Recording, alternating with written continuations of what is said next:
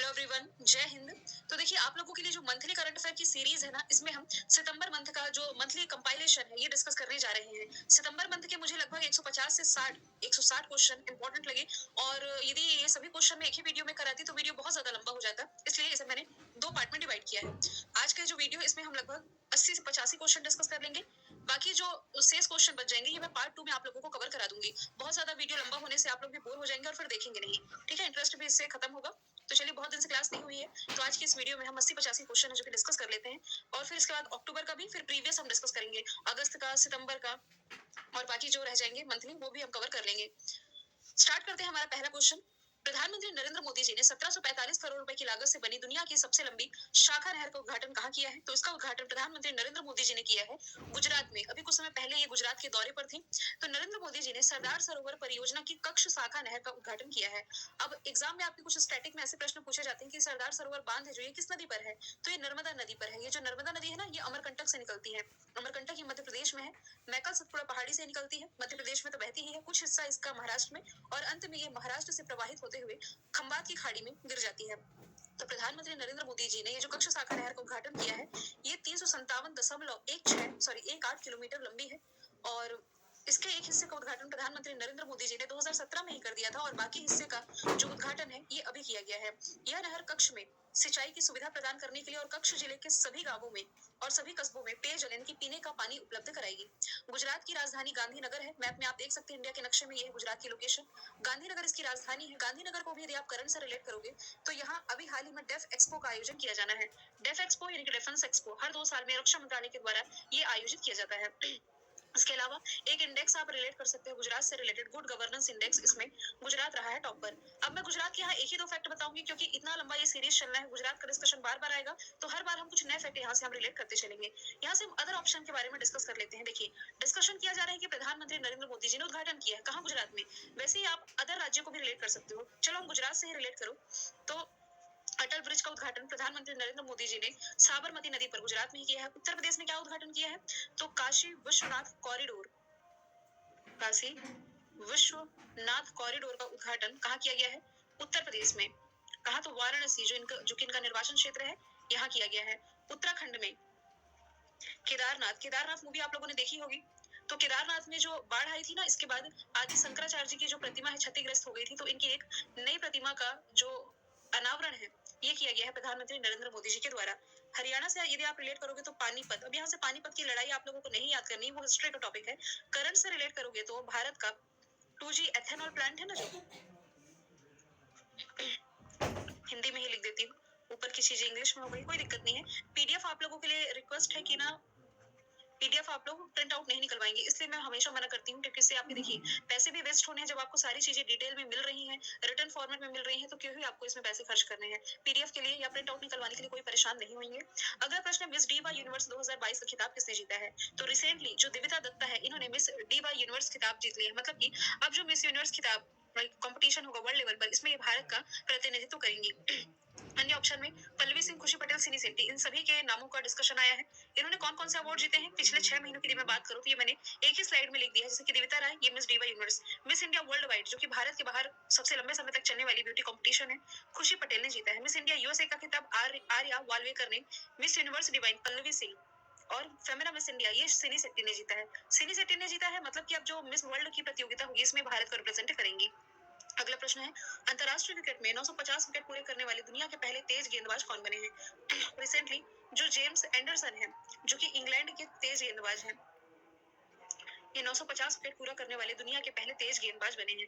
अब देखिए, सितंबर की न्यूज है, इसमें कोई भी चीज अपडेट होती है ना, तो अब जो अपकमिंग आपको मंथली प्रोवाइड कराऊंगी, तो अपडेशन के साथ प्रोवाइड कराऊंगी।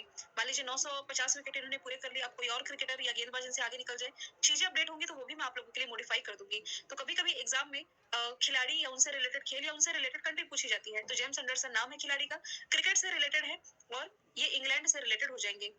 विराट कोहली, इनसे भी एक करंट का क्वेश्चन आगे मैंने डिस्कशन के लिए रखा है। लसित मलिंगा, ये श्रीलंका से बिलोंग करते हैं, इन्होंने क्रिकेट के सभी फॉर्मेट से संन्यास ले लिया है। बाबर आजम, ये पाकिस्तान से बिलोंग करते हैं। अगला प्रश्न है, सुभंग लीला किस राज्य में आयोजित एक पारंपरिक त्योहार है? तो ये हाल ही के दिनों में मणिपुर में आयोजित किया गया था। सुभंग लीला फेस्टिवल मणिपुर की राजधानी इम्फाल में शुरू किया गया। इसका उद्घाटन मणिपुर के राज्यपाल ला गणेशन और मुख्यमंत्री एन बीरेन सिंह ने किया था। ये एक रंगमंच का पारंपरिक रूप है। इसमें महिला कलाकारों की भूमिकाएं सभी पुरुष अभिनेताओं द्वारा निभाई जाती है और पुरुष पात्र है जो कि महिला कलाकारों द्वारा निभाया जाता है। अब देखिए मणिपुर का तो हम डिस्कशन करेंगे, आप मैप में देख सकते हैं इसकी लोकेशन, इसकी राजधानी इम्फाल, मुख्यमंत्री लिखा हुआ है बीरेन सिंह, राज्यपाल ला गणेशन है। अब आप इसमें कंफ्यूज ना हो इसलिए मैं आप लोगों को बता देती हूँ कि जो ला गणेशन है, नीचे लिख देती हूँ, ये पश्चिम बंगाल यानी कि वेस्ट बंगाल के भी राज्यपाल का एडिशनल चार्ज संभाल रहे हैं। क्यों? क्योंकि पश्चिम बंगाल के जो राज्यपाल थे ना, जगदीप धनखड़, ये अब हमारे उपराष्ट्रपति बन गए हैं। तो अब पश्चिम बंगाल का जो राज्यपाल का एडिशनल चार्ज है ला गणेशन ने ले लिया है। मतलब ये दो या दो से अधिक राज्यपाल के तौर पर जो नियुक्ति होती है ना, कौन सा संविधान संशोधन है, 7वां संविधान संशोधन 1956 के तहत दो या दो से अधिक राज्यों के लिए जो राज्यपाल होते हैं उसी के तहत ला गणेशन मणिपुर के भी और पश्चिम बंगाल के भी राज्यपाल हो जाएंगे। अब त्योहार की बात की जा रही है, चलिए केरल में एक आप ओणम फेस्टिवल रिलेट कर सकते हो, ओडिशा में नुआखाई फेस्टिवल फसलों का त्योहार है, असम में एक अंबुबाची फेस्टिवल तो है ही, इसके अलावा बिहू फेस्टिवल रिलेट कर सकते हो। अच्छा, मणिपुर का एक और फेस्टिवल संघाई फेस्टिवल जो कि काफी ज्यादा फेमस है, ये रिलेट कर सकते हो। अगला प्रश्न है, कौन सी कंपनी दुनिया का सबसे बड़ा कार्बन फाइबर प्लांट लगाएगी? तो इसमें से जो रिलायंस इंडस्ट्रीज है ना, इसके द्वारा दुनिया का सबसे बड़ा कार्बन फाइबर प्लांट लगाने की घोषणा की गई। कहाँ स्थापित किया जाएगा? तो ये गुजरात हजीरा में स्थापित किया जाएगा। इसमें एक प्लांट होगा तो गुजरात हजीरा में स्थापित किया जाएगा। इसकी क्षमता 20,000 मिलियन मीट्रिक टन प्रति वर्ष होगी। पहला चरण 2025 तक कंप्लीट किए जाने की इसमें उम्मीद है। अच्छा, L&T, लॉसन एंड टर्बो, कुछ कुछ चीजें आप रिलेट कर सकते हो, जैसे कि दुनिया की जो सबसे बड़ी प्रतिमा है स्टेच्यू ऑफ यूनिटी, इसका जो कार्यभार है ना, L&T कंपनी नहीं किया था, लॉसन एंड टर्बो ने। जबकि टाटा ग्रुप जो नई संसद भवन बन रही है, इसका प्रभार टाटा ग्रुप को मिला है। अडानी ग्रुप, ये मुंबई एयरपोर्ट, अडानी एनर्जीज को मुंबई एयरपोर्ट का प्रभार मिला है। अगला प्रश्न है, यूरोपीय फुटबॉल महासंघ के द्वारा सर्वश्रेष्ठ फुटबॉल खिलाड़ी का पुरस्कार किसे मिला है?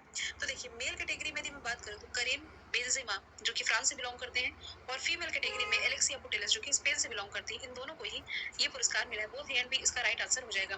तो खिलाड़ी और उनकी कंट्री भी लिखी हुई है। लियोनल मेसी कहाँ से बिलोंग करते हैं? ये भी एक प्रसिद्ध फुटबॉलर है। अगला प्रश्न है, वर्ष 2022 का चौथा और अंतिम ग्रैंड स्लैम यूएस ओपन हाल ही में किस शहर में शुरू हुआ?